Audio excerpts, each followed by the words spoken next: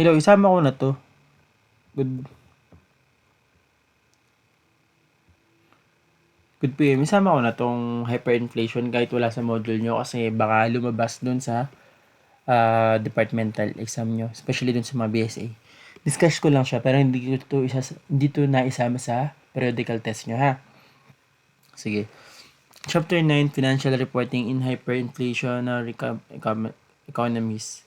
Past 29. Define the stable monetary unit assumption, provide the exception to this concept, state the core principle under past 29, receipt the statement of financial position and income statement in accordance with past 29. The stable monetary assumption.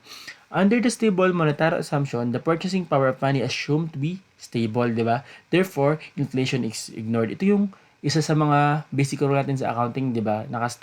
Stable monetary assumption tayo na yung peso is hindi nagbabago yung value. 'Di ba? So, i-disregard natin yung inflation.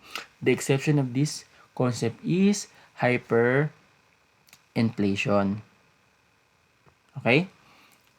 Pag hyperinflation, 'di ba, may inflation pero pag sobrang laking inflation, like mga bumagsak na economies, yun yung ina-applyan natin ng hyperinflation. Okay?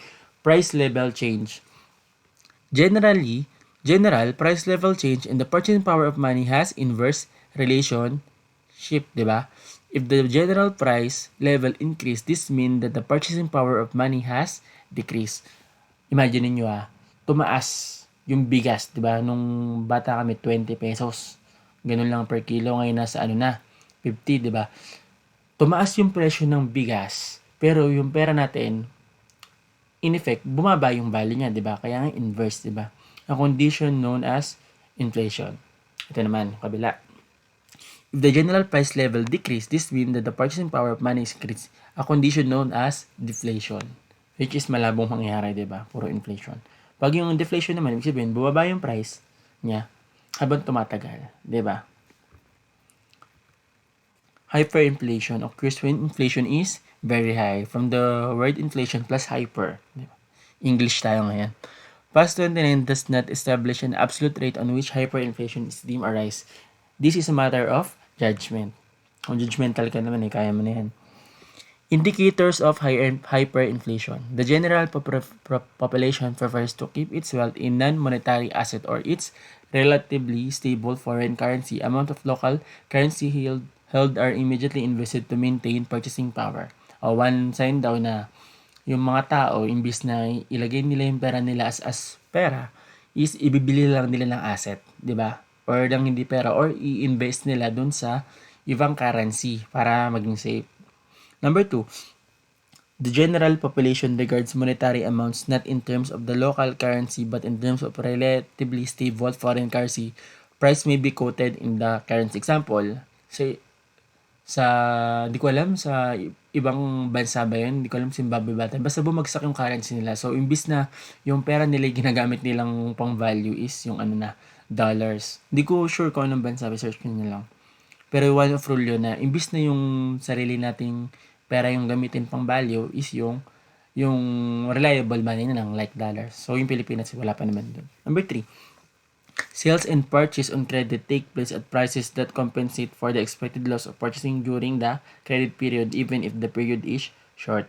Kino-consider yung pagbagsak ng value ng pera. Interest rate, wages, and price are linked to price index and the cumulated inflation rate over 3 years is approaching to exceed 100%. Ibig sabihin niya, yung parang within 3 years, tumaas yung value ng more than 100% ng mga bilihin. Ibig sabihin, bumagsak yung value ng pera mo ng 100%. Core principle. The financial statement of an entity whose functional currency is the currency of hyper economy shall be stated in terms of measuring unit current at the end of the reporting period.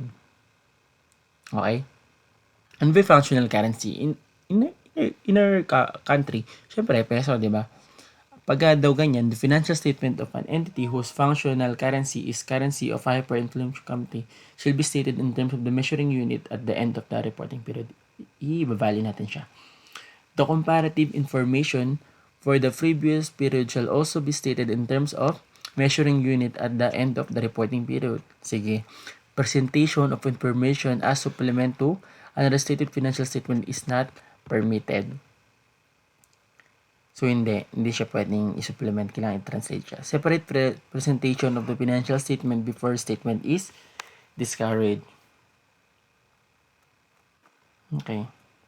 Restatement of financial statement. Sana walang masyadong ganito sa sa departmental.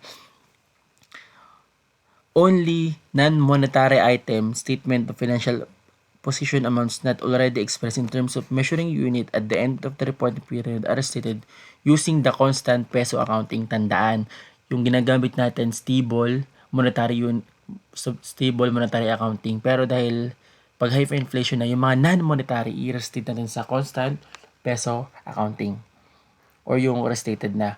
Monetary items are not restated because they are already expressed in terms of monetary unit at the end of the reporting period. Example, yung cash or yung mga UITFs or mga investment, di ba?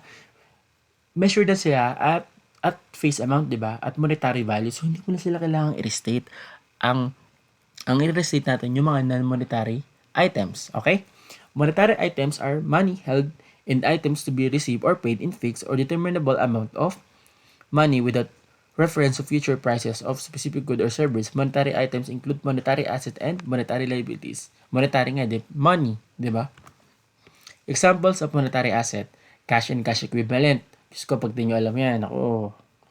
Loans and receivable and their related allowance, financial asset at amortized cost, and financial lease receivable and cash surrender value. Example of monetary liabilities: financial liabilities at amortized cost. Example, accounts payable, notes payable, bonds payable, finance lease payable, accrued expenses, mga accrued expense, accrued salaries, di ba? In terms of money mo siya babayaran. Refundable deposit. Example, nagpaparent ka, nag-deposit, nag-record ka ng security deposit, yun. At naka-monetary siya, tsaka dividends payable, of course.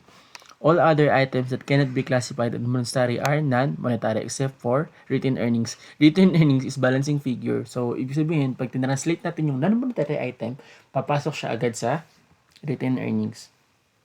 Example of non-monetary asset: physical assets such as inventories, PPE, investment properties, and their related accumulated depreciation. Intangible asset.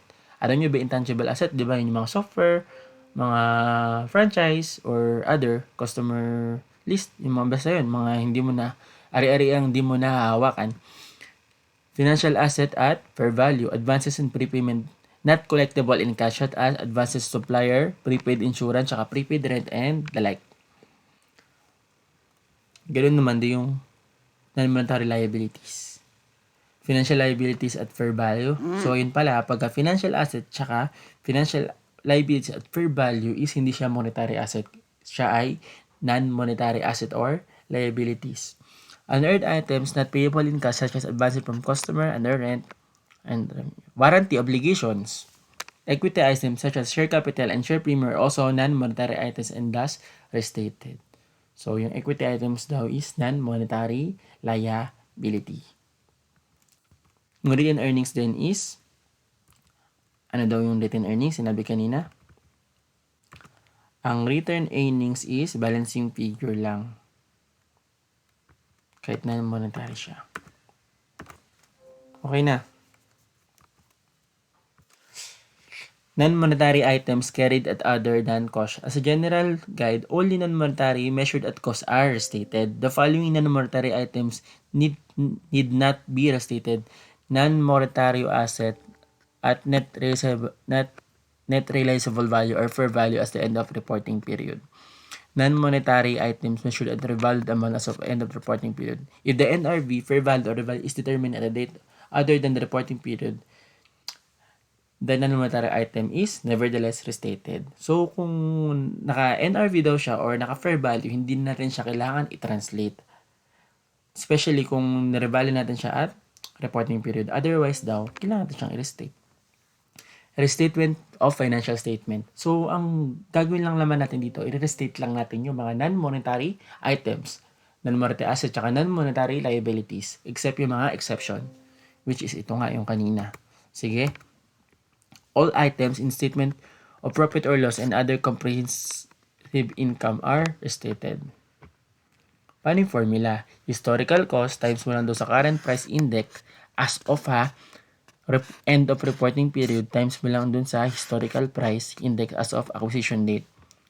When it's impracticable to determine the historical price indices, such as transaction recurring the average general price index for the period may be used. Sa mga mga IS account. Gain or loss on non-monetary daw. Ito yung historical mo tapos yung restricted amount. Pag mas malaki, syempre, edi gain. Pag mas maliit, loss. The gain or loss on the non-monetary position are called purchasing power gain or loss is recognized in profit or loss. Tandaan nyo na lang yung tawag, purchasing power gain or loss. Diba?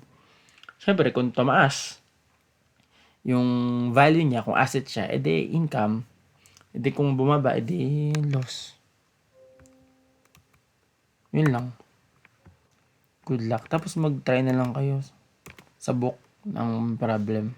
Kasi hindi naman siya part talaga ng ACT113 kaso alam niyo na, para safe. Yun lang.